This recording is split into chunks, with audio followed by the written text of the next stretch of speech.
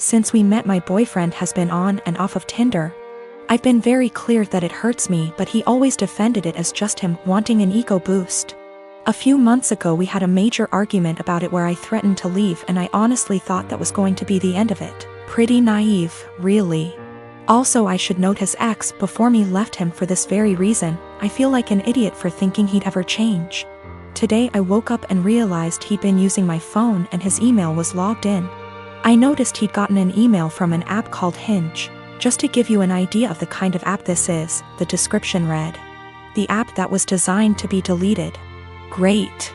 My stomach instantly dropped. I logged into it with his phone number, and he's put up profile pictures of him that I've taken when we've been on days out together. In his description he's got things like, "We'll get along if you like Chinese and have a dog. If you're silly and comfortable and overshare." He's also put in as a strict preference that he wants to be matched with Hindus/Muslims only. I'm white British. I knew something was going on yesterday but wasn't sure what. He was acting differently and it was making me so anxious. He had the nerve to tell me that I must just be hormonal? I think the worst part about it is his reaction to all of this. He heard me crying, acted concerned, and then saw me with his phone. At which point he just took it from me and went back to bed. That was about an hour ago, and the only interaction I've had with him since was him asking me to open the bathroom door. Not to see if I was okay, but because he needed to pee. I'm obviously hurt by the fact that he's on this thing, but I think I'm more shocked by his total lack of guilt or response to me being upset. I'm so angry and there's nothing I can do with it. I'm so embarrassed about the situation I don't want to tell my family/friends how he's treated me. And I can't even talk to him about it because he's refusing to address anything's wrong. He's still in bed. I don't know what to do.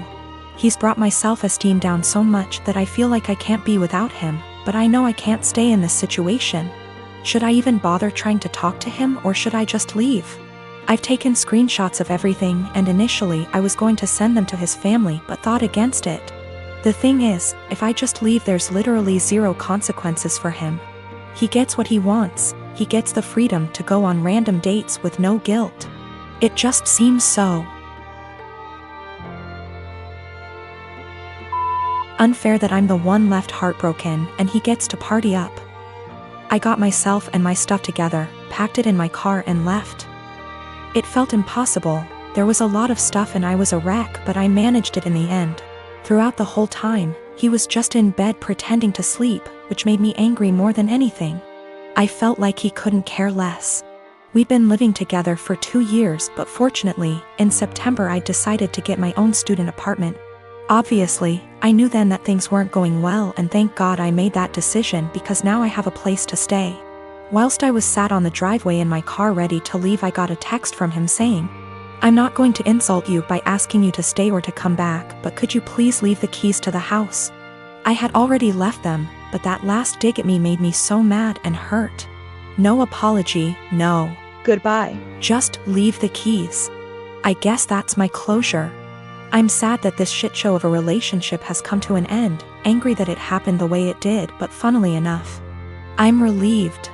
I can do what I want now and get on top of my self-esteem issues. I'm driving down to see my mom and the rest of the family tomorrow. I haven't seen them since Christmas and I absolutely cannot wait. The anger's still there, but I'm just going to get on with things. I absolutely cannot waste any more energy on that guy. I've been with my boyfriend for 11 years, since I was 15. His mother has hated me since the first day she met me. She hated me due to my ethnicity, Kosovan Albanian. She hated me due to my career. I work as a model, and she decided that makes me an empty-headed, vain, shallow person. Then when I told her I still planned to go to university alongside my career, she said I was doing it to impress my boyfriend. I've since left uni with a distinction, and her new reason to hate me is I try too hard. She has also insisted I've cheated on him throughout our entire relationship, which is a ridiculous claim. I've never even kissed another man in my whole life. I have zero desire to cheat and never will. Late last year she attempted to void the insurance on my boyfriend's motorbikes. She tried to do this under my name, so hypothetically, when he was arrested for riding with no insurance and called his insurance company, I'd get the blame. After this happened, my boyfriend and I agreed to cut her out, however it hasn't stuck. She left my boyfriend alone and respected his wishes for NC, but she's continued to contact and harass me. This leads to the last few weeks. My boyfriend works as a motorcycle test rider and he got in an awful motorbike crash while working. As such, I now need to care for him. I'm okay with that and I'm focusing on seeing it as an opportunity for us to get closer. It's been nice, honestly. However, his mother has been awful to me. She's called me litany of terms. From things as tame as stupid to things as awful as a nasty Serbian half-breed. I'm not Serbian and she's well aware that calling a Kosovan a Serb is offensive. I tried to block her, so she started making new iMessage accounts and began to continuously harass me via those accounts. Then came Friday night. The police turned up at our door. I was pretty confused and was quickly told they were there to do a welfare check as they'd received multiple claims of horrific abuse I was apparently putting my poor boyfriend under. Obviously, they quickly discovered he was fine, albeit grumpy, and they left. I know for a fact it was his mother. Some of the details the police mentioned made that obvious. I'm now at a point where I've realized I literally cannot do this. I'm going to press charges against her for the insurance and harassment. It's a crime in the UK. And I'm likely going to sue her for damages. For the sake of my mental health, I need to do this. I don't want to be a victim and she needs to be forced to stop. I have mentioned my intentions to her if she doesn't back off, and she's pretty much mocking me and saying I won't. I absolutely will. I just feel like this morally may make me an awful person. She sucks, I know this. However, she's old and miserable enough as is, and I feel like doing this may ruin whatever small amount of life she has left. It feels like it may be too far. I really don't know though, and I genuinely cannot be objective here. 6 years ago, my son Matthew had a daughter with his now ex-wife Josie. I have always thought of Josie as my own daughter, so when they divorced 7 years ago due to my son cheating, I was conflicted and disappointed. Josie wasn't particularly close with any of her family, so my husband and I naturally took them in. Josie was an angel. She had insisted that we didn't have to lift a finger more than before we had taken them in, and though she was hurt, she kept civil around Matthew. My husband and I held a huge hand in raising their daughter Ruth, because Matthew remarried less than a year later and now has a 4-year-old son after disowning Ruth. 2 years ago, my husband was diagnosed with lung cancer. It was hard on everyone, especially Ruth. They were extremely close. She told him about her girlfriends and boyfriends before anyone else and has always wanted him to be the one to walk her down the aisle at her wedding. Matt rarely ever visited and didn't answer our calls, often saying that we had other kids, so it wasn't like my husband was dying lonely. Last night Matt stopped by to talk about inheritance. He never mentioned Josie nor Ruth and hinted that he thought he should get more inheritance than his siblings the entire time. My husband and I shared awkward looks until he decided to cut in. He explained that everyone would get a piece, but he'd focus more on Ruth and Bonnie, one of our other grandkids. Matt got angry and said that Ruth was just a bastard and that his son deserved more than her. My husband got furious after that and left the room, saying that he wouldn't include Matthew at all. Matt yelled back and turned to me saying that Ruth wasn't worth it because she'd just grow up to be a whore like her mother. I told him that I'd rather have her mother as my daughter than him as my son and insisted that he leave. I'm getting phone calls from Matt's wife and family friends saying that my husband and I overreacted, and he was just angry that we were playing favorites. To clear some things up, Josie did not cheat on Matthew. Josie and Matthew met later in college and Josie was known as a party girl. Before that, Ruth isn't the product of an affair, but we are planning on getting a DNA test because what Matthew said has gotten under Ruth's skin. She was at the house when this occurred and overheard it. When it came to taking in Josie and Ruth, we didn't hesitate because Josie is not from here.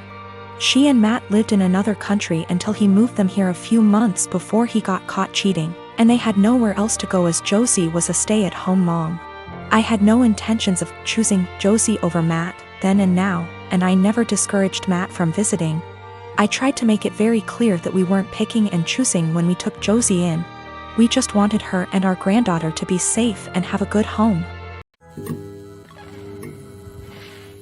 My graduation ceremony is being held next week. My dad had given me some money in advance to pay for the party. I live mostly with my mom, but they were supposed to be hosting the event together. Dad and I have a rocky relationship. After my parents divorced when I was 4, they split custody of me and he was able to stay a good dad. When I was 10, he met Jane. Jane had 3 kids, twins, and a single kid. They got married when I was 12, but I would say even before that I felt like he prioritized her kids over me a lot. He would cancel plans with me if they wanted to do something and would either do the thing with them or force me to go and say it was even better than our plans, when for me it wasn't. Think going for a hike with me versus taking them to an indoor play area. Or seeing a movie with me versus the kiddie park. One more example is when I was given a ticket for a concert my dad and I both love. He was supposed to buy a ticket to come with me for some father/son time, but actually spent it on his youngest stepkid who wanted their room painted. He told me at the last minute and it hurt. There are other times stuff like this happened. He didn't show up at the hospital when I broke my arm because one stepkid was getting their tonsils out and wanted both him and his wife there. He told my mom over the phone to tell me he was proud of me for being brave and understanding. When I would bring this stuff up to him, he'd tell me it was natural to feel jealous of sharing his attention. That was all he would say. In 2019, he told my mom he would split the cost of a trip I wanted to go on with one of my clubs, because she didn't have the money all by herself. Mom had her half saved. We told my dad he needed to pay. He said bills were tight and it was the twins' birthdays and the money needed to go on something for them. He told me we could do something as a family when the trip happened instead. I told him to forget it. That he was making it clear who was more important and I was going to stay with my mom where I actually mattered. Mom borrowed money to cover the other half of the trip. Dad told me he regretted making me feel less important and we were working on things, and then the graduation money was given about a month ago. Then a week ago he called and told me how one of the stepkids was being bullied, how bad of a time they're having it. And with that money they could help cheer them up for their birthday. I was pissed. I hung up. Then 2 days later I showed up at his doorstep, gave him the money and told him I didn't want to see him or his new family at my graduation, and that he had chosen who was more important so he better stay out of my life. His stepkids and 2 younger bio kids were there. I didn't stick around. He called and told me we needed to talk it out like adults, and that I had hurt the kids' feelings. His wife freaked out on me so I blocked her.